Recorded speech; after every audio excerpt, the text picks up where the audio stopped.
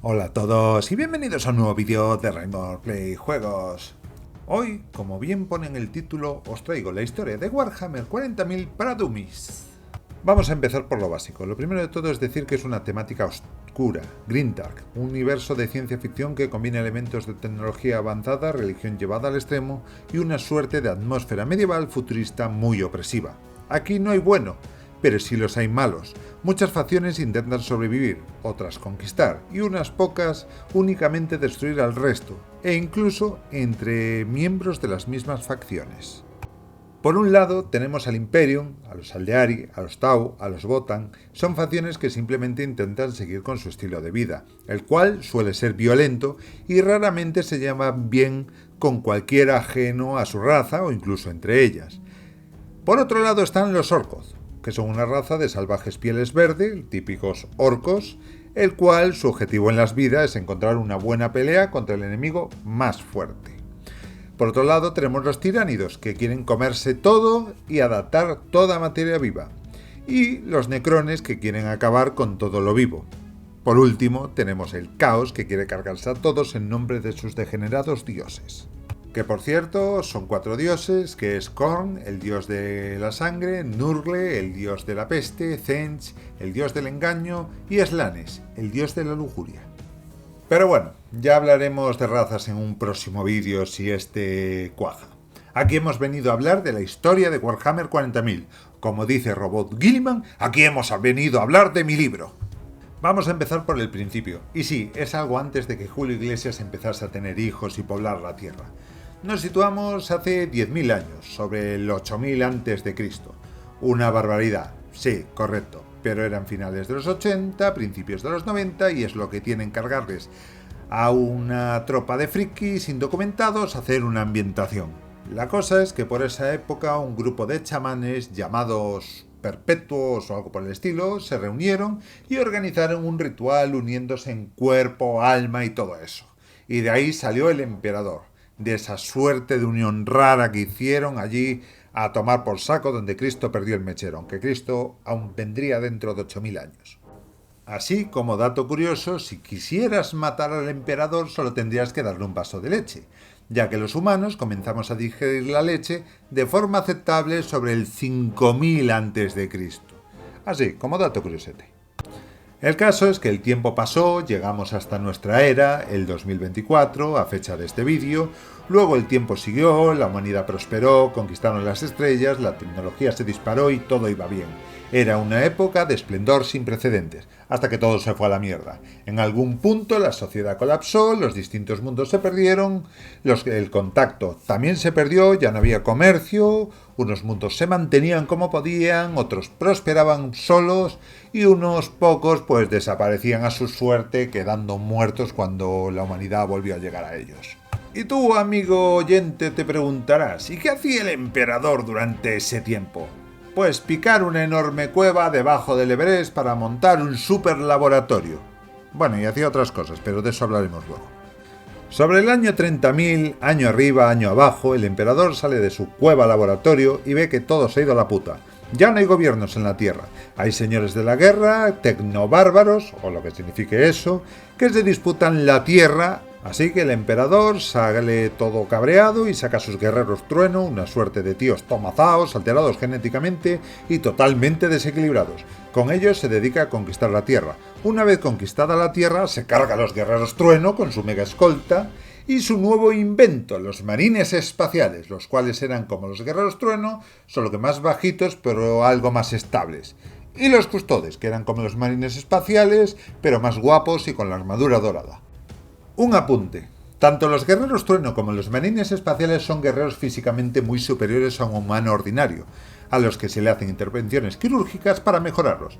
En el caso de los marines espaciales, básicamente cogen a los aspirantes de niños y les van haciendo una suerte de operaciones que le ponen un segundo corazón, un tercer pulmón y una docena más de órganos que son los que hacen que se vuelvan esos supersoldados. Y entre todos esos organismos está la semilla genética del primarca, que es la base de la transformación en marine espacial. Básicamente es el ADN de uno de los tipos que os hablaré luego. Después de conquistar la Tierra, se va a Marte, donde vivían los del Mechanicus, una suerte de secta que venera a Omishan, el dios de las máquinas. Porque sí, ahora las máquinas tienen voluntad, cosillas de esas de una época pasada donde todo era chachipiruli y las IAs molaban un huevo, que por cierto el emperador prohibió en un momento, pero al mecánico se la dejan y bueno, pasaron muchas cosas entre medias.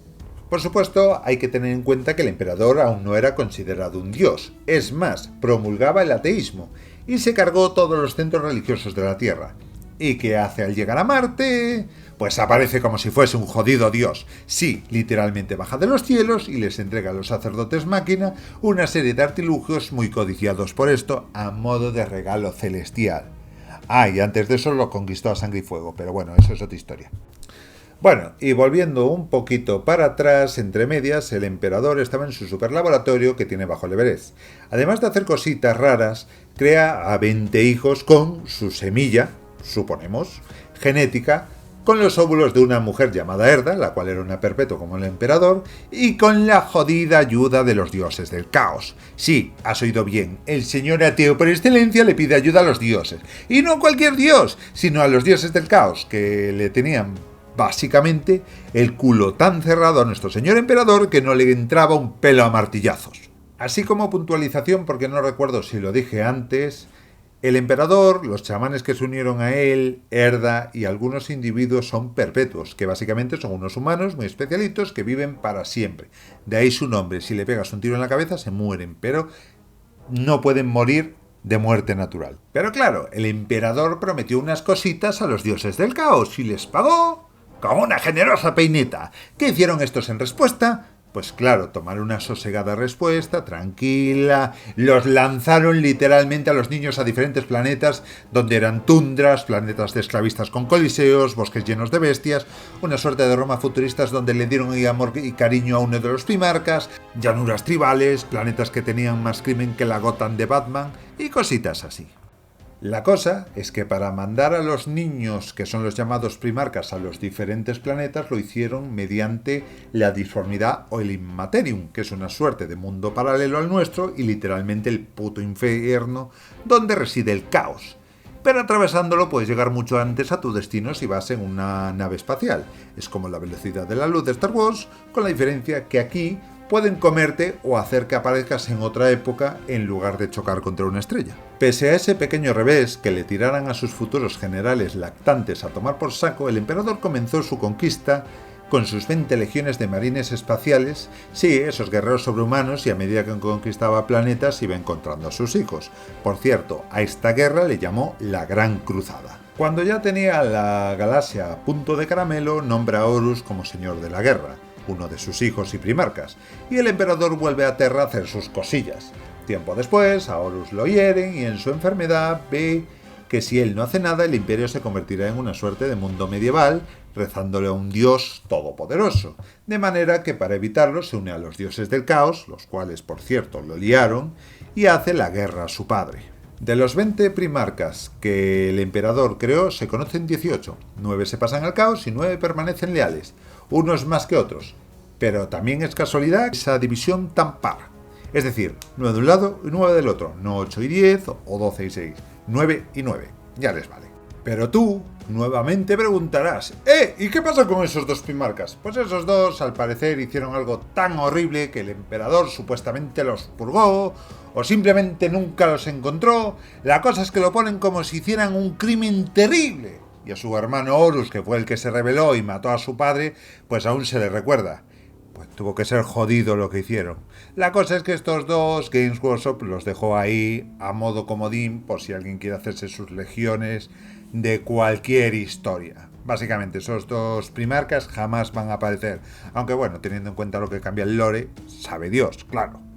Volviendo a la historia, hay una guerra civil horrible y los del caos asedian Terra después de liársela gordísima a los leales en una emboscada colosal en Isban.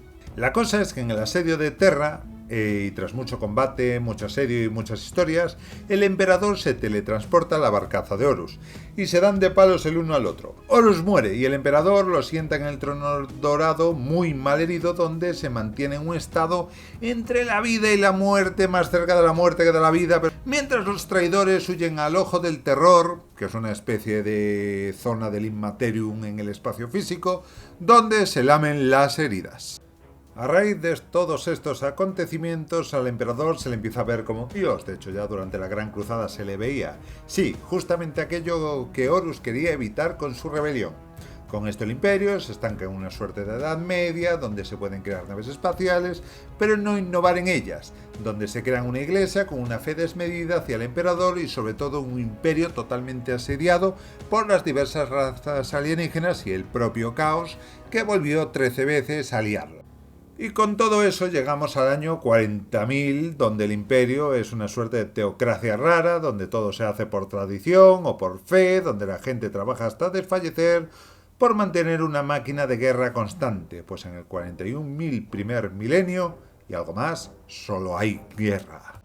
Por cierto, en las últimas ediciones una suerte de brecha del llamado Immaterium rompe la galaxia en dos, quedando al sur, entre comillas, de la misma, 2/3 de la misma en manos del Imperio y al norte 1/3 de esta, también en una especie de Imperium Secundus, pero separados el uno del otro, que cuesta un huevo pasarla. Y bueno, ¿os acordáis de los primarcas? Bueno, pues hace años eran fuente de leyendas, la mayoría estaban muertos o desaparecidos para no volver jamás. Pues resulta que recientemente han aparecido y hay un par del caos, otro par con el imperio. Lo que se han dicho es que van a ir apareciendo más y más, pero bueno, es cosa de Games Workshop y sus historias. Y esta viene siendo mi breve contribución a la historia de Warhammer 40.000, que es más o menos como la recuerdo, y antes esto se veían pequeños fragmentos del códex, en las novelas te daban algún puntito, alguna cosilla, y luego pues en las White Dwarf te iban saliendo pequeñas historias de cosillas que pasaron. Obviamente aquí no se han plasmado ni una décima parte de lo que es la historia del códex.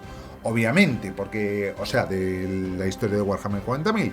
Porque es que si no, este vídeo, que ya de por sí ha durado más de 10 minutos, duraría horas, horas y horas. Así que si gusta, pues iré trayendo más elementos de la historia de Warhammer 40.000, como las diferentes primarcas, las diferentes facciones y ese tipo de cosillas.